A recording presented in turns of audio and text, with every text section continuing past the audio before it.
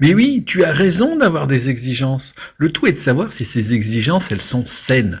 Est-ce que ces exigences, elles concourent à satisfaire de manière saine tes besoins? Et est-ce que tu connais réellement tes besoins fondamentaux qui, je le rappelle, toujours et encore, ne sont que le reflet des polarités de ton âme à harmoniser?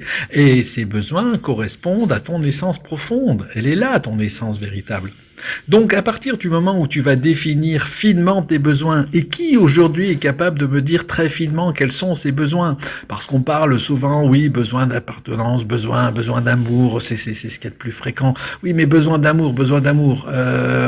Quoi précisément? Comment? Hein? Est-ce que tu as besoin de manifestation d'amour, de tendresse, de réconfort? Est-ce que tu as besoin de sécurité affective, d'être simplement compris, mais de rester libre dans une relation où tu vas être dans l'acceptation, dans l'acceptation inconditionnelle, etc.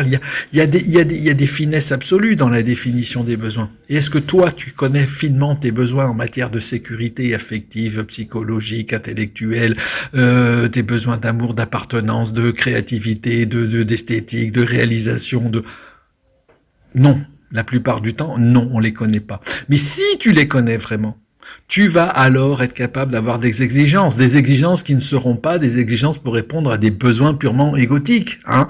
Comme moi j'ai besoin de faire la fête tous les samedis soirs. Oui, non, ça c'est pas une exigence qui correspond réellement à la satisfaction d'un besoin. Ça cache quelque chose qui va te permettre de le définir, mais ça n'est pas le cas. Et alors tu vas me dire à la fin, oui, mais alors finalement quand c'est aussi fin que ça, finalement ces besoins, quand nos exigences deviennent aussi fines que ça pour coller à nos besoins, eh bien c'est autant chercher une aiguille dans une botte de foin.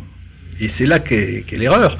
Parce qu'effectivement, oui, ça correspond bien effectivement à rechercher une aiguille dans une botte de foin. Sauf que tu es en capacité d'attirer cette aiguille. Parce qu'à partir du moment où tu vas être véritablement dans la satisfaction saine de ton besoin, quand tu vas vibrer vraiment de manière incarnée, la satisfaction de ce besoin, dès lors tu vas polariser et donc tu vas avoir une attraction magnétique naturelle de ce qui va permettre, de ce qui va correspondre à tes exigences et de ce qui va correspondre à la satisfaction de ces besoins. Donc au mieux tu vas les connaître, au plus précis seront tes exigences, au mieux tu vas les magnétiser, et donc même une aiguille dans une botte de foin, si tu mets un giga aimant devant une botte de foin, l'aiguille elle sort. C'est ça le truc. Donc oui, aux exigences, ça n'est pas une erreur. Souvent on te dit « Oh, t'es trop exigeant ». Oui, t'es trop exigeant, je le répète. Tout dépend de la qualité de tes exigences. Connais tes besoins, connais-toi toi-même, tu connaîtras mieux les autres. On en revient toujours au même. Donc voilà, oui, même si c'est une aiguille dans une botte de foin, tu as la capacité de trouver cette aiguille.